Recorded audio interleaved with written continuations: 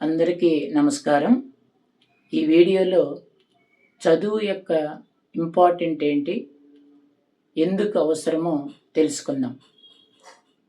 చదువు ఎందుకు మనిషికి ఇంపార్టెంట్ అంటే, ఇది ఒక వ్యక్తి యొక్క జీవన శైలిని మారుస్తుంది, అంటే లెవెల్ ఆఫ్ లివింగ్ని మారుస్తుంది.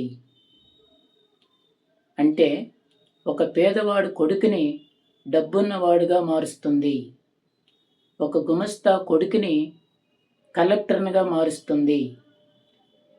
అలానే ఒక సామాన్య మానవుడి కొడుకుని సుందర పిచ్చయ్య, సత్యనారాయణల అటువంటి వ్యక్తులుగా తయారు చేసి ప్రపంచం అంతా కూడా వాళ్ళ వైపు చూసేలా చదువు తీర్చిదిద్దగలుగుతుంది.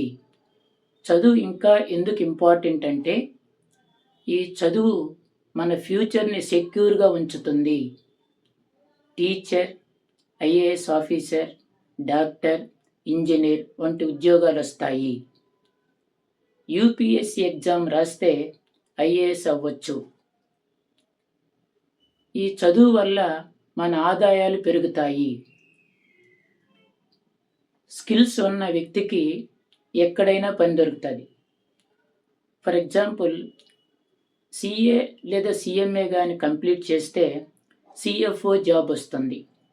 కంప్యూటర్ సైన్స్ కానీ చదివితే సాఫ్ట్వేర్ జాబ్ వస్తుంది. తద్వారా వాళ్ళ ఆదాయాలు పెరుగుతాయి. అలానే ఈ చదువు వల్ల సమాజానికి సేవ చేయొచ్చు. ఒక డాక్టర్ ఏ విధంగా సేవ చేస్తాడో, ఒక టీచర్ ఏ విధంగా సేవ చేస్తాడో, ఇవన్నీ వాళ్ళు నేర్చుకున్న చదువు వల్ల సమాజానికి ఎంతో సేవ చేయొచ్చు. Thanks for watching. Like, share, subscribe. చదవండి, మీ గురించి అప్పుడే అందరూ గొప్పగా మాట్లాడతారు. మీకు చదువెందుకని హేళన చేసిన వాళ్ళు, మీ పరిస్థితిని చూసి అవమానించిన వాళ్ళు, ఆడపిల్లలు పెళ్లికి మాత్రమే పుట్టారు అనుకున్న వాళ్ళందరూ మీ గురించి గొప్పగా మాట్లాడుకోవాలి.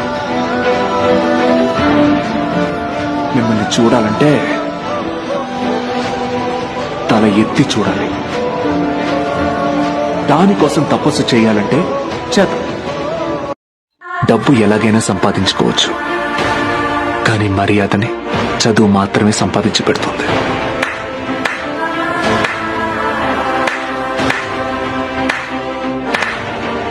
కాలేజ్కి రండి. ప్రతిరోజు చదువుకోవడం నీకు సంతోషం కావాలి. చదువు భారంగా చదవకూడదు. It must be a passion for you.